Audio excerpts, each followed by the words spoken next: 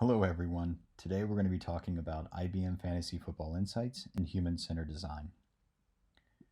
So really we need to ask ourselves, what is human-centered design? Well, it's a mindset that overlays the design thinking process to ensure in the long run that products are actually relevant and beneficial for the individuals they are intended to serve. Okay, how do you go about implementing this mindset? Well, in order to fully explain this, we should probably take a look at a design process. This is really structured off of the design thinking process that we mentioned in that definition at the beginning. And it's really made up of four primary stages. Now, in stage one, we call it the discovery stage. From a human-centered design perspective, this is where we'll be trying to understand our users as much as possible. And step two of the design thinking process, um, we'll be laying out some scenarios and also flowing out some user journeys that are crafted off of the scenario maps. This is also from a human-centered design point of view where we'll be really defining our users or a set of user personae if we have a full spectrum of users. And that really is going to drive stage three, which is the actual design itself. Now, through the first few iterations, we'll be doing some wireframing. And the second few iterations, you'll get more visual designs, bringing some color and life and typography and things of that nature to it.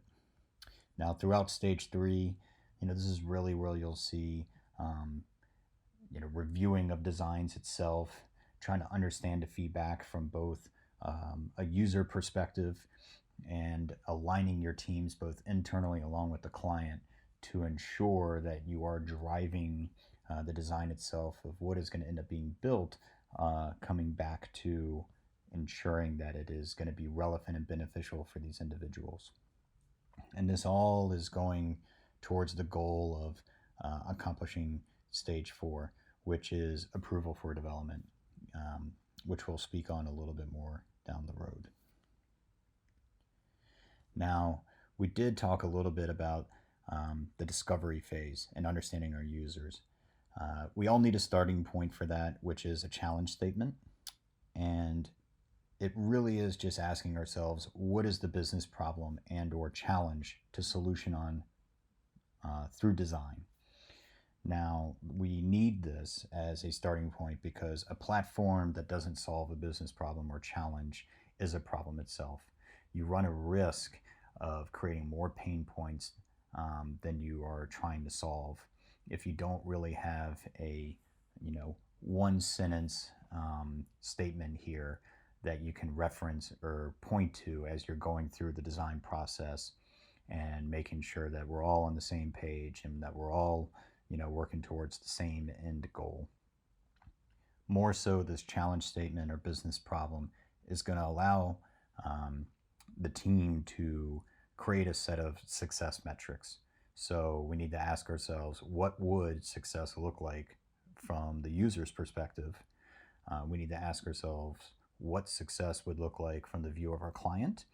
And then we need to take a closer look at the two of these sets of metrics and check out if they are aligned or not.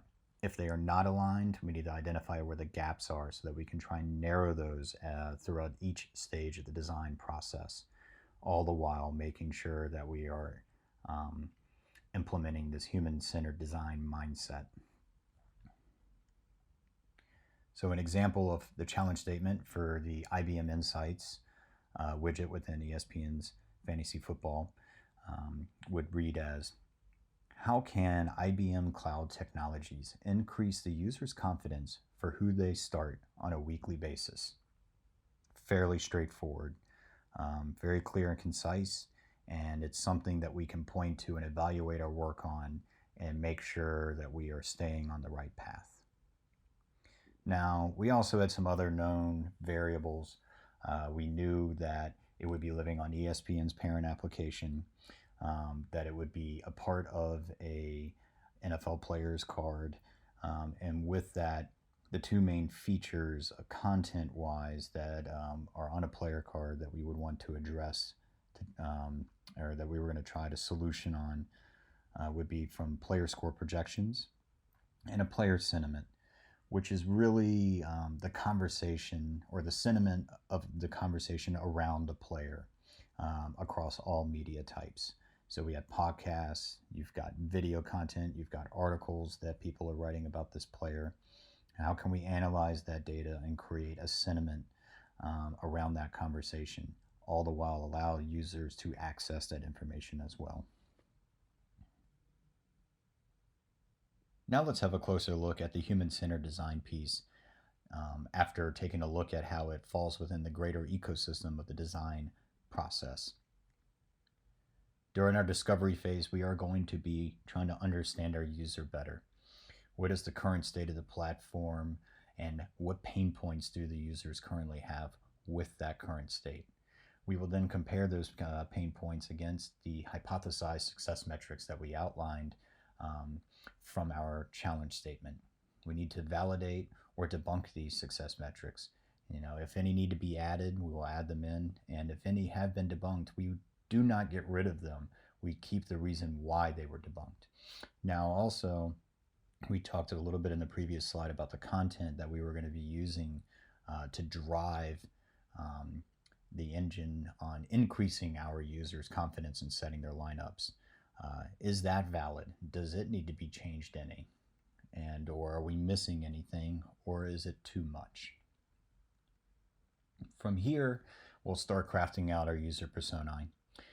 In the case of ESPN, they got tens of millions of users, so we really needed to have a spectrum, and we ended up with 3 personae. We have a power user.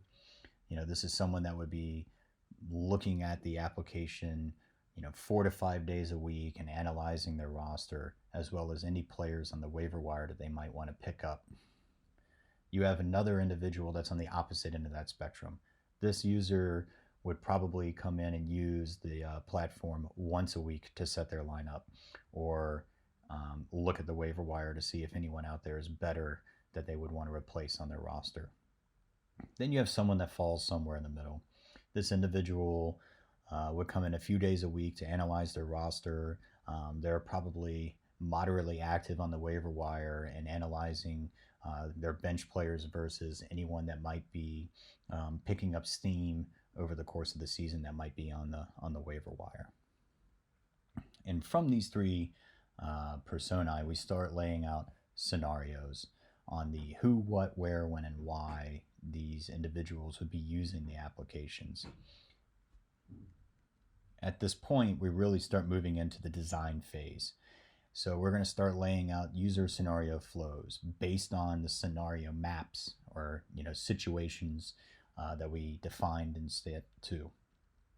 And from these user journey flows, we can start outlining a sitemap.